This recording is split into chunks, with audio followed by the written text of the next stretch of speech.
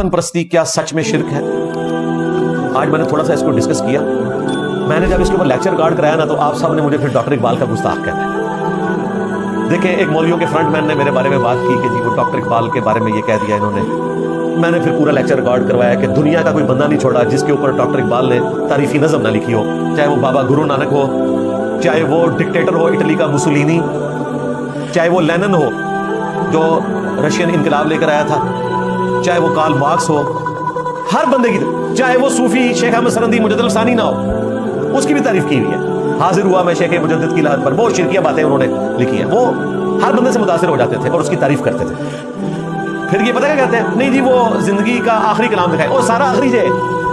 ہاں، یہ یورپ سے آنے کے بعد کیا سارا کلام ہے جو انہوں نے یہ ساری تعریفیں کہی ہوئی ہیں. ابلیس کی مجلس شورا جس میں انہوں نے کارل مارکس کی اتنی تعریف کی ہے، یہ ان کی آخری نظموں میں سے.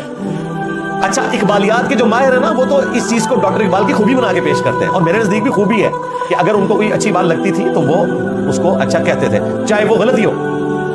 ٹھیک ہے، لیکن یہ لوگ ان کو ایک کوئی محدث مفسر بنا کر پیش کرتے ہیں، علامہ کہتے ہیں، حالانکہ ان کے پاس کسی مدرسے کی ڈگری نہیں. اب کہیں سوال ہوا ہے نا ایک مفتی سے، اس نے کہا کہ جی ہم جو علامہ کہتے ہیں تو یہ ان معنوں میں نہیں کہتے، ہم بھی ان کو کوئی مولوی نہیں سمجھتے، نہ کوئی عالم دین مانتے ہیں. کل تک تو تہاڈی ہر تقریر انہوں نے شعر نال ہوندی ہے، آج تسی کہندے سی مندے ہی نہیں ہے. اب تو کئی لوگوں نے ان پہ کفر کے فتوے بھی لگائے اور بات بہت آگے تک چلی گئی، وہ آپ کو پتہ ہی ہے.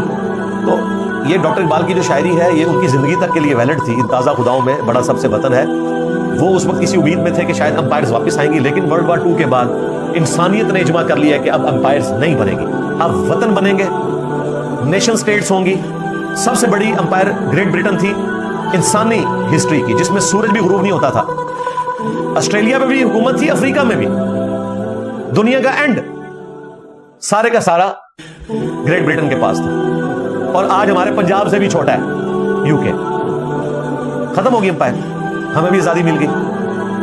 اللہ نے ہٹلر کو مسلط کیا، وہ خود تو جنگ ہارا لیکن ان کو بھی اتنا کمزور کیا کہ الٹیمیٹلی ان کو ہمیں آزادی دینی پڑی. اور اللہ تعالیٰ نے ہمیں سب کانٹیننٹ میں 2 ملک دے دیے، انڈیا پاکستان، اور بعد میں خیر بنگلہ دیش بھی اسی میں سے نکلا.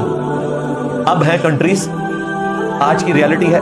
لہذا پاکستان کی جو فوج ہے وہ کسی زمینی خطے کی حفاظت کے لیے نہیں ہے، وہ یہاں پر رہنے والے 20 کروڑ سے زیادہ مسلمانوں کی حفاظت کے لیے ہے جو اس زمین پر آباد ہیں. وہ آپ کے بزرگ ہیں جو ہواؤں میں اڑتے ہیں اور سمندروں میں تیرتے ہیں. انسان جو ہے نا وہ زمین پہ ہی رہتے ہیں، اور زمین کے خطے کی حفاظت جو ہوتی ہے وہ اس لیے نہیں کی جاتی کہ زمین سے محبت ہوتی ہے، وہ اس لیے کہ وہاں پر رہنے والے لوگوں کو سیکورٹی دی جاتی ہے. لہٰذا پاکستان کی فوج اگر بارڈر پہ لڑتی ہے تو وہ پاکستان میں رہنے والے مسلمانوں کی حفاظت کے لیے لڑ رہی ہوتی ہے. ان کا تو سلوگن ہے ایمان، تقویٰ، جہاد فی سبیل اللہ، یہ 3 ان کے بڑے سلوگن ہیں. تو یہ کہنا کہ یہ زمین کے لیے لڑ رہے ہیں اور اسلام میں لسانیت کی بنیاد پہ، قبائلیت کی بنیاد پہ، زمین کی بنیاد پہ جنگ نہیں ہو سکتی، یہ اس سسٹم کے لیے تھا جس سسٹم میں واقعی لوگ زمین کے اصول کے لیے لڑتے تھے، جو اللہ معافی دے آپ کے بڑے کرتے رہے ہیں. سلطنت عثمانیہ ایک قبیلے کی حکومت تھی، اس کی ایکسپینشن تھی. ارطغرل غازی، ورنہ اپنے لوگوں پر تو ظلم نہ کرتے، کعبے میں 4 مسلح تو نہ ڈالتے. بنو عباس، بنو امیہ، یہ حکومتیں ایک سپر پاور کی ایکسپینشن تھی، ورنہ اپنے لوگوں پر تو ظلم نہ کرتے، اہل البیت پہ تو ظلم نہ کرتے. یہ لوگ مسلمانوں کا قتل عام تو نہ کرتے. ہم انہیں صرف مسلمان حکومتیں مانتے ہیں، اسلامک حکومتیں نہیں مانتے. خلفائے راشدین تک بات درست تھی، اس کے بعد سب مسلمان حکومتیں، اسلامک حکومتیں نہیں ہیں. تو ان کو تو آپ یاد کر کر کے روتے ہیں. اور جو واقعی جینوئنلی اس وقت اسلام کے نام کے اوپر ملک بنا ہے، آپ کہتے ہیں زمین کی حفاظت ہو رہی ہے. تو یہ جو مدینہ شریف کے گرد خندق کھودی گئی تھی غزوہ احزاب میں، جسے غزوہ خندق کہتے ہیں، تو کیا وہ مدینہ شریف کی حفاظت کے لیے نہیں تھا؟ تو یہ کیا کہیں گے؟ جی مدینہ شریف